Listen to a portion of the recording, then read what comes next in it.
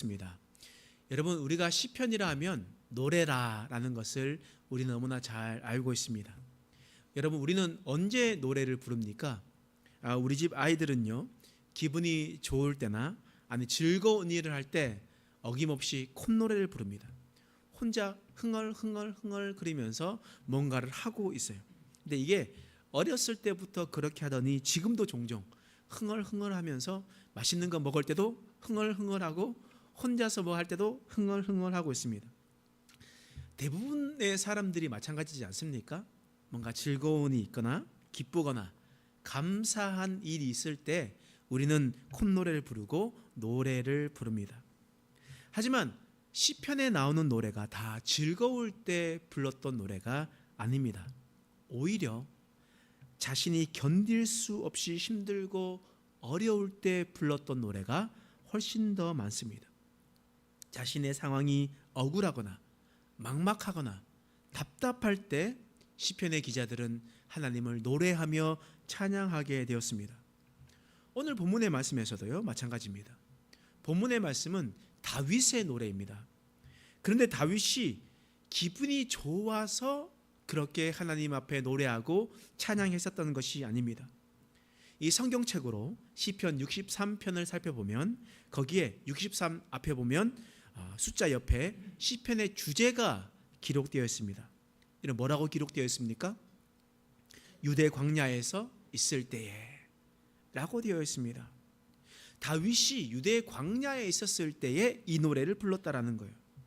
그럼 왜 다윗이 이 광야에 갔겠습니까? 다윗이 소풍으로 그 척박한 땅에 광야로 갔겠습니까? 아무것도 없고 척박하고 황량한 땅에 사냥하러 갔겠냔 말이에요. 다윗은요, 이 광야에 간 이유가 있습니다. 바로 도망가기 위해서 광야로 갔습니다.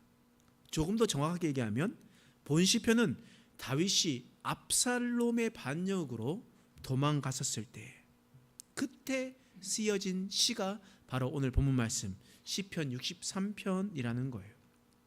다윗이 왜 예루살렘에서 급히 도망갔겠습니까?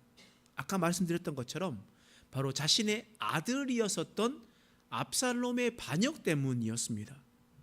다윗에게는요, 여러 명의 아들이 있었어요. 그 중에 아주 멋있고 잘생긴 압살롬이라는 사람이 있었습니다. 그리고 압살롬의 여동생 다말이라는 아주 이쁜 여동생이 있었습니다.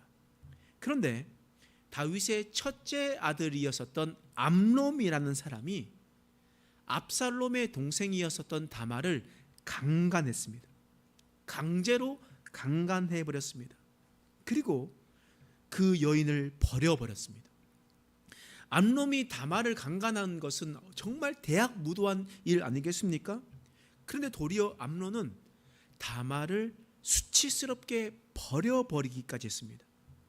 그러니 그 오빠였었던 압살롬이 어떤 마음이었겠습니까? 그 마음을 마음속에 간직하고 있었습니다. 그리고 시간이 흘러서 압살롬은 다말을 강간했었던 암논을 죽여버렸습니다. 그래서 이 압살롬은 다윗의 신임을 잃어버리게 되었습니다. 다윗은 압살롬이 첫째 아들 암논을 죽였다는 이유로 얼굴을 보기 싫었습니다. 그래서 압살롬의 얼굴을 보지 않았어요. 그러니 이 시간이 지나고 보니까 압살롬은 더 이상 예루살렘에 머물러 있지 못했습니다. 그래서 압살롬은 원래 다윗이 통치하고 있었던 유다의 중심지였던 헤브론으로 가게 되었습니다. 여러분, 헤브론이 어딘지 아십니까? 헤브론으로 압살롬이 도망갔는데 헤브론은요, 우리가 잘 알다시피 이 산지를 내게 주소서, 찬양도 많이 했죠. 갈렙이 저 산지를 내게 주소서라고 이야기하셨던 그 산지가 바로 헤브론입니다. 그래서 갈렙이 그 헤브론의 산지를 받았고 유다 지파는 그 헤브론을 중심으로 있게 되었던 겁니다. 다시 말하면 헤브론은 유다 지파의 중심 도시였던 거예요. 그래서 다윗이 사울을 피해서 광야에서 도망 다녔었을 때 그것이 모든 것이 다 끝나고 유다 지파 사람들이 다윗을 불러서 헤브론에서 유다 왕으로 세우게 되었습니다. 그래서 유다 지파의 왕으로 7년 6개월 동안 헤브론에서 그 땅에서 통치하고 있었단 말이에요. 그런데 유다 지파의 다윗 왕이었습니까? 7년 6개월이 지난 후에는 12지파의 왕이 되었던 것이었습니다. 다시 말하면 다윗은 한 지파의 왕이 아니라 이제 12지파의 왕이 되었던 겁니다. 그러니 다윗이 생각했었을 때 유다의 중심 도시였었던 헤브론에 더 이상 있지 못하겠다. 이 모든 12지파를 융합하고 하나가 되게 하려면 그 어느 곳에도 속해져 있지 않은 곳으로 수도를 천도해야겠다라는 생각을 했습니다. 그래서 여부스 족속이 다스리고 있었던 예루살렘에 그곳에 가서 정리를 하고 그곳으로 수도를 천도하게 되었던 겁니다. 이런 상황 속에서 누가 가장 마음이 상할까요?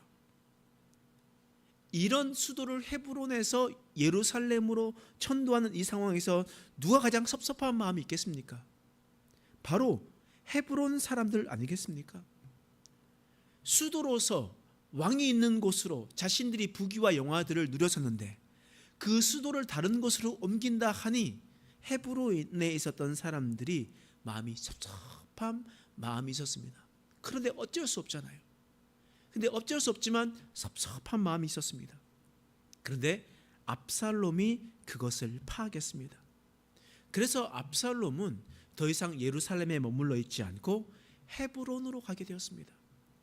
헤브론에 가서 사람들을 맞이할 때 그 사람들을 맞이해서 엎드려주고 같이 꿇어주고 눈물을 흘려주면서 그 사람들의 마음을 사로잡기 시작했습니다.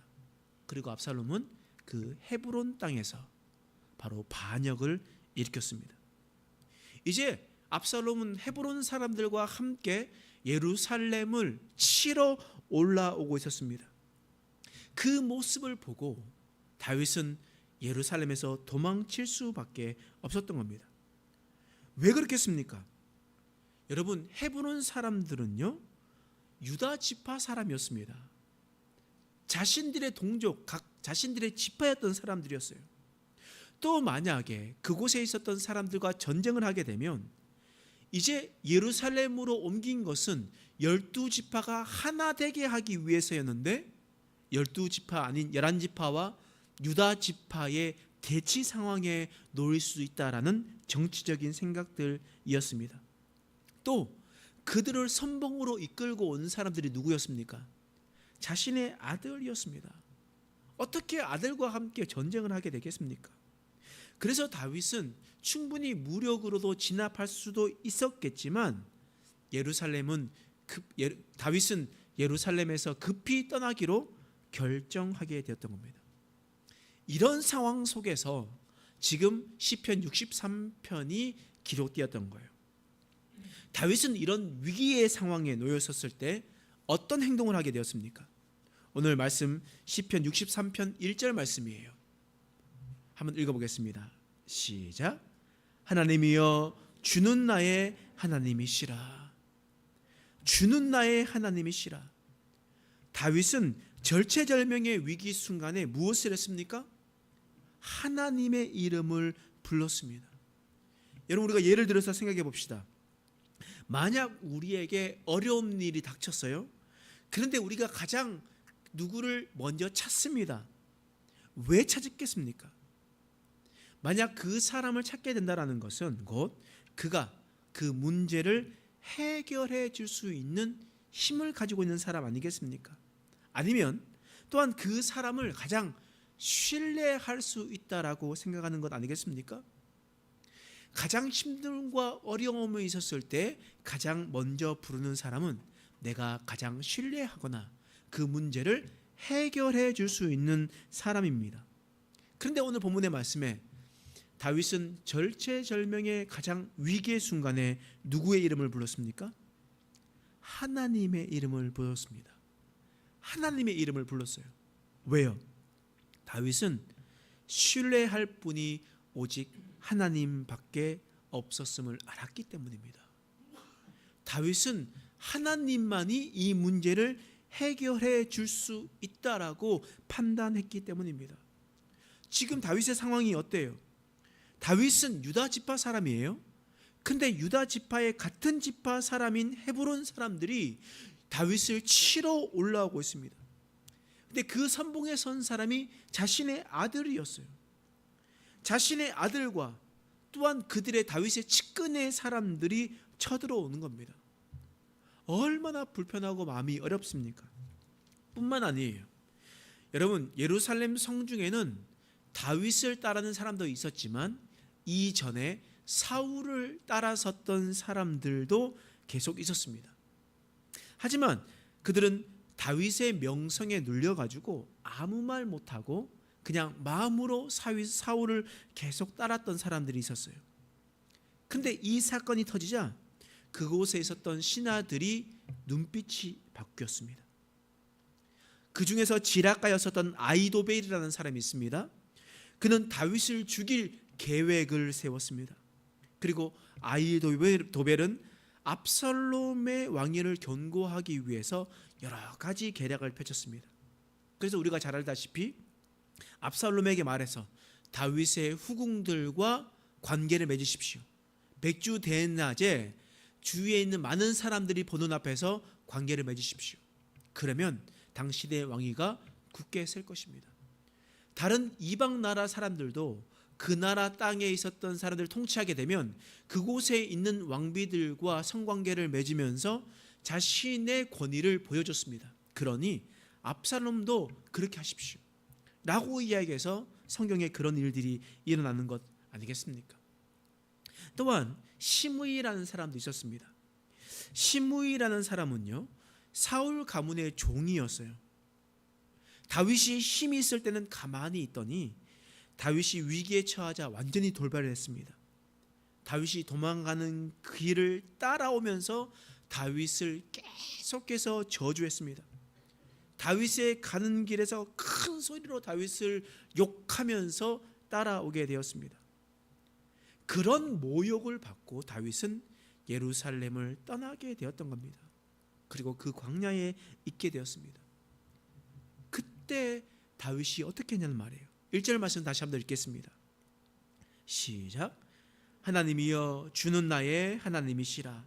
내가 간절히 주를 찾되 물이 없어 마르고 황폐한 땅에서 내 영혼이 주를 갈망하며 내 육체가 주를 앙모하나이다.